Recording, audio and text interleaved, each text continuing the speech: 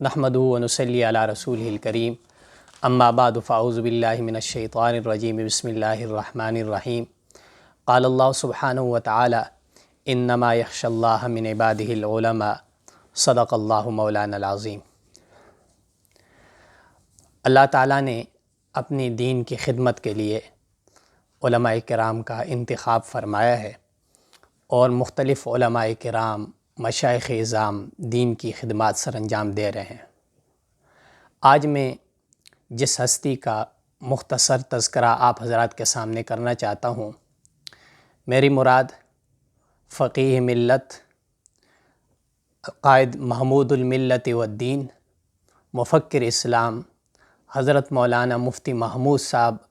نور اللہ مرقدہ کے فرزند اور جانشین، قائد ملت اسلامیہ حضرت اقدس حضرت مولانا فضل الرحمن صاحب دامت برکاتہ۔ دراصل مجھے زندگی میں پہلی مرتبہ حضرت اقدس کو یعنی بالمشافہ آمنے سامنا سننے کا موقع اللہ تعالیٰ نے عطا فرمایا، اور میں نے حضرت کی مبارک کلمات اور حضرت کے بیان کو سن کر الحمدللہ دلی خوشی ہوئی۔ اللہ تعالیٰ مزید ترقیوں سے نواز دے اور مزید ترقیاں عطا فرما دے۔ اللہ تعالیٰ نے علماء کرام کے ذمہ بہت سی خدمات لگائیں، بہت سی ذمہ داریاں علماء کرام پر عائد ہوتی ہیں۔ الحمدللہ ہمارے اکابر اور اسلاف ان تمام ذمہ داریوں کو نبھاتے ہوئے ہر میدان میں ہر ماز پہ دین کی خدمات سر انجام دیتے ہوئے نظر آتے ہیں۔ حضرت اقدس مولانا فضل الرحمن صاحب دامت برکاتہم العالیہ ایسے عظیم انسان ہیں کہ اللہ نے انہیں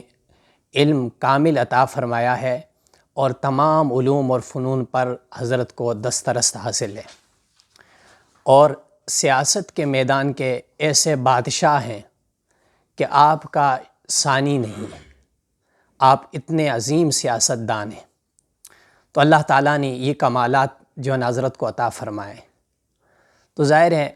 میری زندگی میں یہ پہلی دفعہ حضرت کو بالکل سامنے بیٹھ کر سننے کا اتفاق ہوا تھا،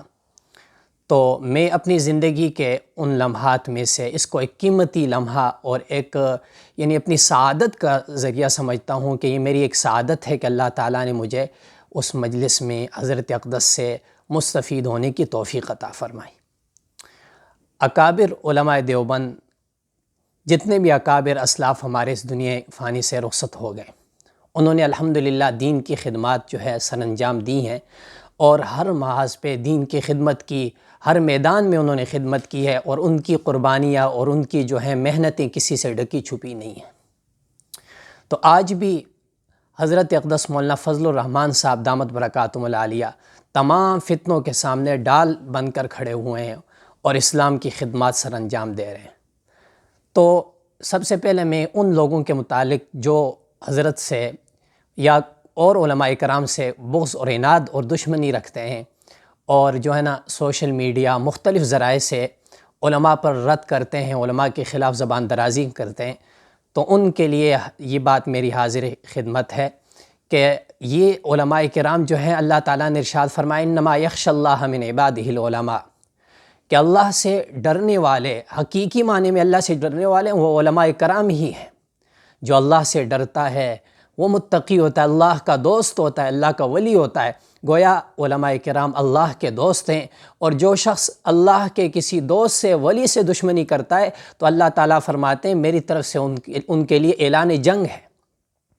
تو آج ہمیں سوچنا ہوگا، ہم اللہ سے اعلان جنگ تو نہیں کر سکتے، تو اس لیے ان اکابر علماء اسلاف ان کی قدر اور ان کی عزت ہر مسلمان کے لیے ضروری ہے۔ اور دوسری بات یہ بھی سمجھ لینی چاہیے ہمیں کہ یہ سیاست کو آج ہم نے ایک الگ چیز تصور کر لی۔ سیاست بھی دین کا ایک عظیم شعبہ ہے۔ انبیاء کرام علیہم الصلاۃ والسلام سیاست فرمایا کرتے، صحیح بخاری کی روایت ہے کہ بنی اسرائیل کے انبیاء کرام علیہ الصلاۃ والسلام سیاست فرمایا کرتے تھے، کلما ہلک نبی فخلفہ نبی، جب ایک نبی دنیا سے تشریف لے جاتے تو اللہ دوسرے نبی کو مبعوث فرما دیتے۔ وَإِنَّهُ لَا نَبِيَّ بَعْدِي، اللہ کے نبی صلی اللہ علیہ وسلم نے ارشاد فرمایا میرے بعد کوئی نبی نہیں ہے، میرے بعد خلفاء ہوں گے۔ اللہ نے انبیاء کا وارث علماء کو بنایا، اور علماء انبیاء کے وارث ممبر و محراب کے بھی وارث ہیں، اور اسی طرح جو ہے مصلی کے بھی وارث ہیں، اور سیاست میں بھی علماء جو ہے انبیاء کے وارث ہیں۔ علماء سے بڑھ کر سیاست میں کوئی ایسا حقدار مستحق نہیں ہے کہ جن کی پیروی کی جائے اور جن کے پیچھے چل کر اپنی سیاسی زندگی جو ہے اپنی سیاسی زندگی گزاری جائے اور ان کو سیاست میں اپنا امام مانا جائے۔ سب سے اول مستحق جو ہے علماء کرام ہیں۔ تو علماء میں بھی سے میری نظر کے مطابق اس وطن عزیز ملک پاکستان میں حضرت اقدس قائد ملت اسلامیہ حضرت مولانا فضل الرحمان صاحب دامت برکاتہم سے بڑھ کر کوئی ہستی اس میدان کی ہے ہی نہیں کہ جن کو ہم اپنا سیاست میں امام مانیں۔ حضرت الحمدللہ سیاست میں ہمارے امام ہیں۔ علماء پر اعتماد کرنا ہم سیکھ لیں، علماء کرام جو ہیں ان کی قدر کرنا سیکھ لیں، تو ان علماء کرام کو ہم ان پر اعتماد کریں اور ان کا دست بازو بنیں، جس کی وجہ سے اللہ تعالیٰ ہمیں خیریں عطا فرمائیں گے۔ ہر طرف سے فتنے ہیں، ہر طرف سے مدارس مساجد کے گرانے کے فیصلے، مسلمانوں کے خلاف جو ہے نا سازشیں، یہ سارے جتنی چیزیں اسلام کے خلاف جو ہے رونما ہو رہی ہیں، معاشرے میں آ رہی ہیں، ان کا سد باب تبھی ہو سکتا ہے، یہ تبھی روکی جا سکتی ہیں کہ جب آپ ان علماء کا ساتھ دو گے، اور یہی جنہیں آپ سیاسی علماء کہتے ہو، انہی کی وجہ سے آج ہم الحمدللہ مدارس میں الحمدللہ بغیر کسی مشقت کے اور بغیر کسی پابندی اور سختی کے قال اللہ اور قال الرسول پڑھتے پڑھاتے ہیں۔ مدارس مساجد ہمارے آباد ہیں، خانقاہیں آباد ہیں، اور اسی طرح تصوف کے سلسلے، دعوت و تبلیغ کا نظام، ساری دین کے شعبے جو ہے نا الحمدللہ بحال ہیں اور ترقیوں سے جو ہے نا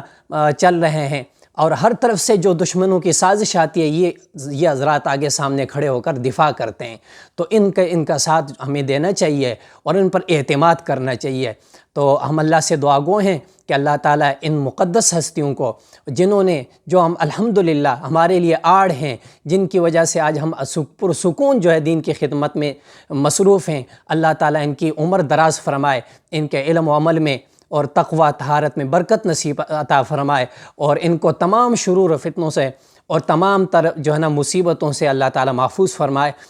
اور اللہ تعالیٰ ہم سب کو حق سچ جو ہے اس کو کہنے، سمجھنے اور اس پر عمل کرنے کی توفیق عطا فرمائے۔ وما علینا الا البلاغ۔